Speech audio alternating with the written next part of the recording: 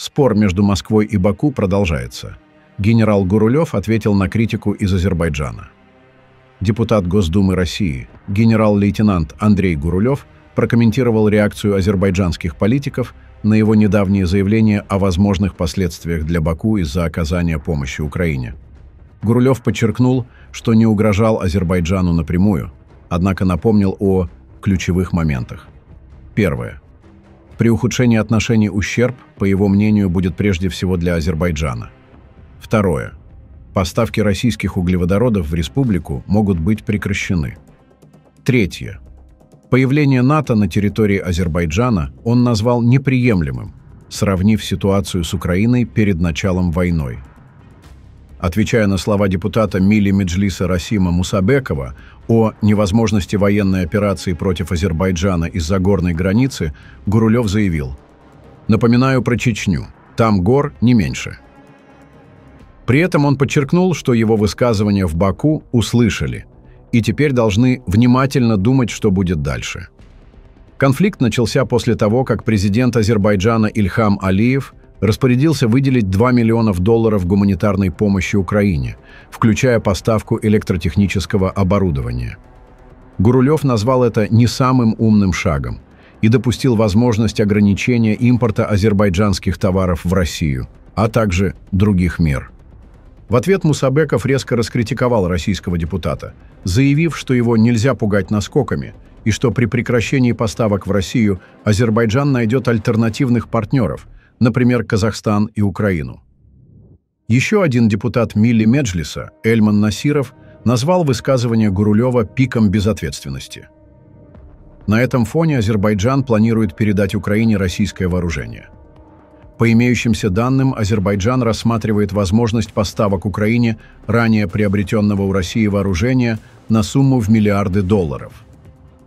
Параллельно, Азербайджан намерен постепенно перевести свою армию на турецкие стандарты вооружения, снижая зависимость от российских поставок.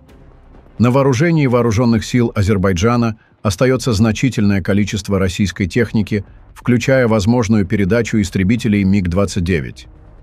По некоторым данным, это может произойти после начала поставок пакистанских многоцелевых истребителей JF-17 Block 3, которые должны пополнить азербайджанские ВВС в этом году. Москва считает, что возможное снятие Азербайджаном эмбарго на поставки вооружений Украине никак не способствует мирному урегулированию конфликта и только усугубит ситуацию на земле.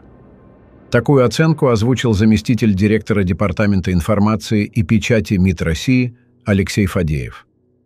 По его словам, азербайджанским партнерам хорошо известна позиция России относительно поставок вооружений или гуманитарной помощи двойного назначения. Отметим, что по информации источников Азербайджан активно ищет у США гарантии безопасности, а буквально недавно, 8 августа, США отменила 907-ю поправку об эмбарго на американское оружие для Азербайджана. Несколько региональных чиновников в беседе с Middle East Eye на условиях анонимности выразили опасения, что Москва может ответить жесткими мерами. По словам одного высокопоставленного регионального дипломата, среди вероятных шагов России – давление на азербайджанскую диаспору в России, численность которой оценивается в 2-3 миллиона человек, включая целенаправленные репрессии, уголовные дела и депортации. Не исключается и заморозка, либо конфискация активов, принадлежащих семье Алиевых и связанным с ними олигархам. Особое внимание российских властей, по данным источников, приковано к азербайджано-российским миллиардерам Году Нисанову и Зараху Илиеву, чьи бизнес-интересы в России могут стать рычагом давления на Баку.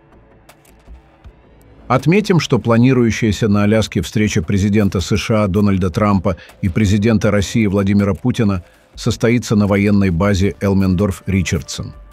Об этом передает CNN со ссылкой на информированные источники. По данным издания, организаторы пришли к выводу, что единственным городом в огромном штате, который может стать подходящим местом для проведения саммита, является Анкоридж. И только совместная база Элмендорф-Ричардсон, расположенная на северной окраине города, соответствовала требованиям для проведения исторической встречи. Собеседники телеканала добавили, что Белый дом надеялся избежать ситуации с размещением российского лидера и его делегации на американском военном объекте. Однако на Аляске сейчас самый разгар туристического сезона, поэтому других подходящих мест для проведения саммита найти не удалось. Встреча Трампа и Путина ожидается на Аляске в пятницу, 15 августа. Отметим, что по инсайдерской информации Путин и Трамп также обсудят Южный Кавказ, а именно Зангезурский коридор, который недавно был переименован в маршрут Трампа. О нем был подписан трехсторонний документ 8 августа в Вашингтоне. По мнению ряда экспертов, главная цель подписанного в Вашингтоне договора между Арменией и Азербайджаном – отсрочить почти неизбежную войну. В Ереване это прекрасно понимают. Азербайджану не нужен подлинный мир с Арменией. Их режим с высокой степенью коррупции значимо зависит от конфликта. И никакие договоры этого не изменят, пока в Баку не сменится власть.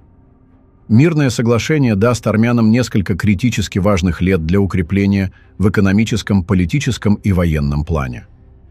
По мнению некоторых армянских экспертов, через год или два Азербайджан начнет новую серию провокаций и выдвижения претензий.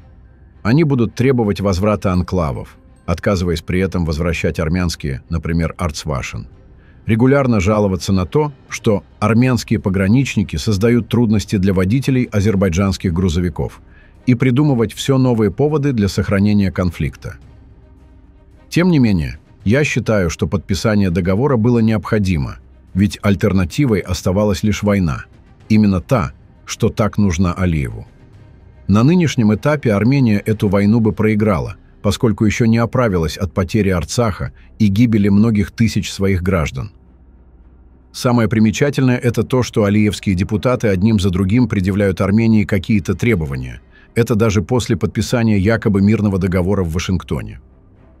По мнению депутата Мили Меджлиса Азербайджана Турала Генджалиева, миссия ЕС в Армении должна в ближайшее время прекратить свою деятельность и покинуть регион.